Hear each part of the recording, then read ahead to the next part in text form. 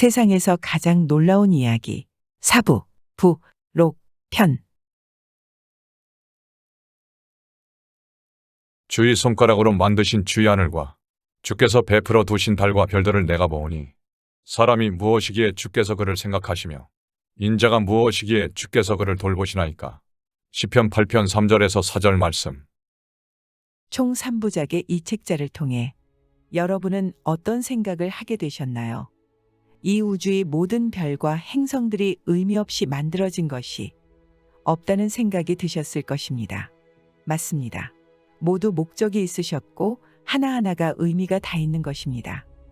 단지 우리의 뇌가 받아들일 수 있는 정보나 분석력이 너무 떨어지기에 모든 발견을 하지 못했을 뿐이죠. 이 책에서 논하지 못한 말세 특집에 더 많은 발견들이 있지만 저는 제가 발견한 것 모두가 전체 비밀의 극히 일부분일 뿐이라고 확신합니다. 새 몸을 입고 천국에 가면 수많은 우주의 비밀들을 더 알 수 있을 것을 확신하고 있습니다. 우리는 분명히 천국에서 다음과 같은 경험을 할 것입니다. 단지 창조 넷째 날 하루 동안 만드신 우주인데 우리 모두가 영원의 시간 동안 파헤쳐도 끝없이 나오는 우주의 비밀들을 보게 될 것이고 범접할 수 없는 전지전능하신 창조주 아버지의 지혜에 놀라게 될 것입니다. 말세 특집을 통해 징조의 발견을 하면서 깨달은 사실입니다. 또한 저는 데칼코마니와 육각도형의 발견을 하면서 깨달은 것이 있습니다. 로마가 만들어낸 것으로 알고 있던 서기력이 사실은 아버지께서 로마를 이용해서 만드신 것이란 것을 말이죠. 서기력이 없었다면 육각도형과 데칼코마니는 발견하지 못했을 것입니다. 둘 다 서기력을 기반으로 나타났기 때문이죠. 이것을 보여주기 위해서 이방인들에게 서기력을 주신 것입니다. 이러한 깨달음의 연장선에서 저는 하늘의 별자리 역시 이방의 전설을 이용하여 아버지께서 이름 붙이셨음을 알게 되었습니다. 대표적인 것이 사자자리입니다.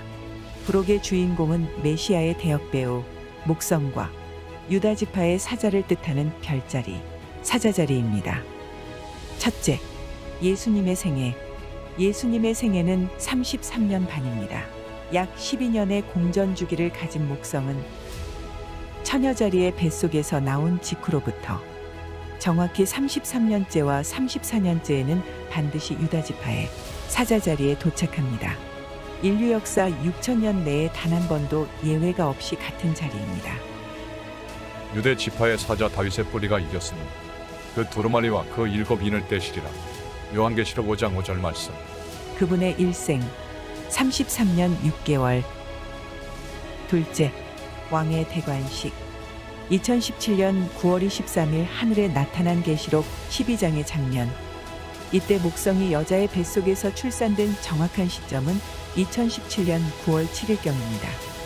이후 목성은 태양계를 한 바퀴 돌고 하루도 안 틀린 정확히 10년 후 2027년 9월 7일 유다지파의 사자자리에서 왕관을 씁니다.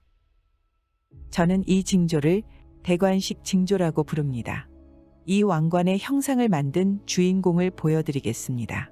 유다지파의 사자, 의의 태양, 빛나는 새벽별 금성, 철장으로 만국을 다스릴 왕 목성, 모두가 성경 속에서 메시아를 상징하는 별과 별자리입니다. 이 왕관이 형성되는 2027년 9월 7일에 일어나는 사건을 보여드리겠습니다. 대관식의 징조는 어린 양의 혼인잔치이자 7대접재앙의 정확히 한중앙에서 일어나며 이때는 넷째 대접의 때입니다. 이 징조가 나타나는 때인 넷째 대접의 성구를 보시겠습니다. 넷째 천사가 그 대접을 해 소돔의 해가 권세를 받아 불로 사람들을 태우니 사람들이 크게 태움에 태워진지라. 요한계시록 16장 8절에서 9절 말씀. 이때의 태양의 위치입니다.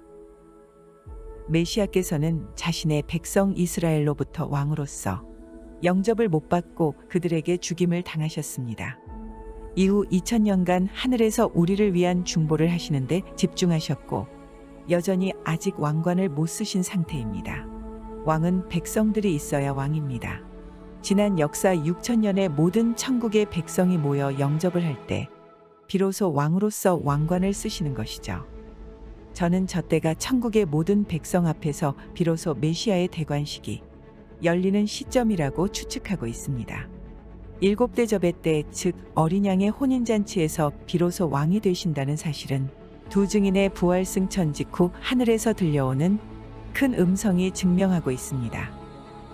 7째 천사가 나팔을 불매 하늘에 큰 음성들이 나서 이르되 세상 나라가 우리 주와 그의 그리스도의 나라가 되어 그가 세세토록 왕 노릇하시리로다.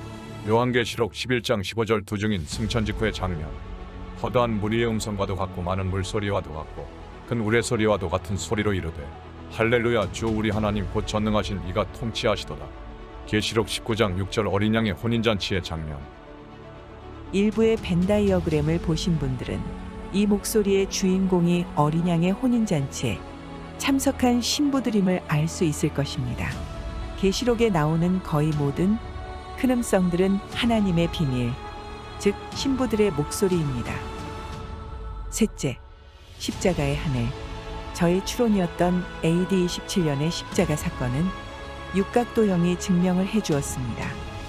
하지만 사실은 십자가 사건 때의 하늘도 저의 이 추측을 뒷받침해 주었습니다. 다음은 이스라엘 시간 AD 17년 4월 7일 오후 3시의 하늘입니다.